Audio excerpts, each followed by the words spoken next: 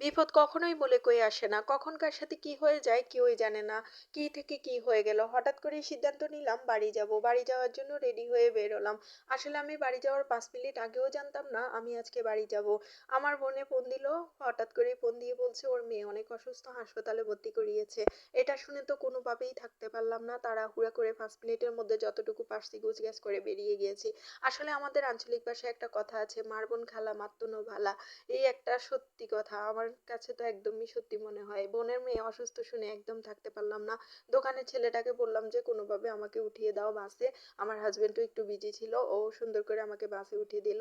এই তো চলে আসছি সাভার থেকে টিটিপাড়া। টিটিপাড়া এসে এখানে টিকিট কাটার জন্য দাঁড়িয়ে আছি। দেখেন আমার মেয়েটা কিভাবে বসে আছে। ও বমি করতে, করতে আসছে। একদম ক্লান্ত হয়ে গিয়েছিল। দাঁড়াতেও পারছে না। আমার অবস্থাও খুব খারাপ হয়ে গেছে। আমিও প্রচুর বমি করেছি। মেয়েরা ২ টাও বমি করেছে।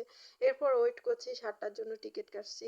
বের হয়েছিলাম ৩টা বাজে। আমরা ঢাকায় আসতে, আসতে ৭টা বেজে গিয়েছে। ৭টার জন্য টিকিট কেটে নিলাম। ওয়েট করছি গাড়ি আসার জন্য। এরপর গাড়ি আসছে, খুব তাড়াহুড়া করেই বের হয়ে গেলাম। তাড়াতাড়ি যেতে হবে। কোনোভাবেই আমি থাকতে পারছিলাম না। ভেবেছিলাম আসবো না। কিন্তু ভাবলাম যে না, বোনের মেয়েটা এত অসুস্থ, একদমই মন টিকছে না। বললাম যে যতই কষ্ট হোক, যতই রাত হোক আমি যাবই যাব।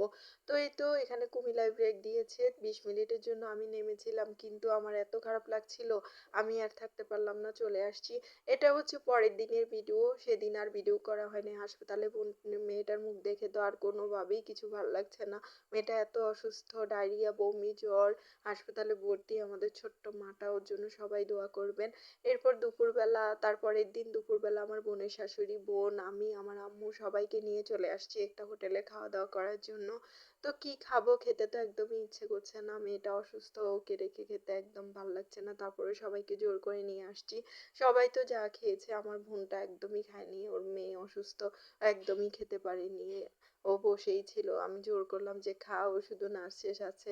কেউ ভাত মাংস খাচ্ছে, কেউ মোরগ পোলাও খাচ্ছে, কেউ বিরিয়ানি নিয়েছে। সবাই নিয়েছে ঠিকই, ঠিকঠাক মতো মনে হয় সবাই খেতে পারেনি। কারণ হাসপাতাল থেকে এসে তো খাওয়া সম্ভবও না, ভালোও লাগে না। আমার তো একদম ভাল লাগছিল না। আমাদের মাটা অসুস্থ, ছোট মানুষও এত অসুস্থ, স্যালাইন লাগায় রাখছে। কিছুক্ষণ পর, পর ইনজেকশন দিচ্ছে। এগুলো দেখে আমার একদম ভাল লাগছে না। তারপরের দিন এই তো রিলিজ করে দিল, ওরা বাড়ি চলে গিয়েছে। যদিও রিলিজ করতে চায় নাই, আমার বোন বলল হাসপাতালের মধ্যে থেকে আরো বেশি অসুস্থ হয়ে যাচ্ছে, বাড়িতে পরিবেশ ভালো, তাই বাড়ি নিয়ে গিয়েছে। আমরা চলে আসছি এখন আমার বড় আপুর বাসায়। বড় আপুর বাসায় এসে এরপরে বিকেলবেলা আবার বড় আপুকে নিয়ে চলে গেলাম হোটেলে খাওয়া-দাওয়া করার জন্য। একটু নাস্তা পানি করব। সারাদিন টায়ার্ড ছিলাম। পরে একটু চা, পরোটা, ভাজি, ডাল ভাজি নিয়ে নিলাম। নিয়ে আবার এখানে এসে কাজবাজ করলাম। তো এই তো আজকের ভিডিওটা এই পর্যন্ত। আপনাদের কাছে কেমন লেগেছে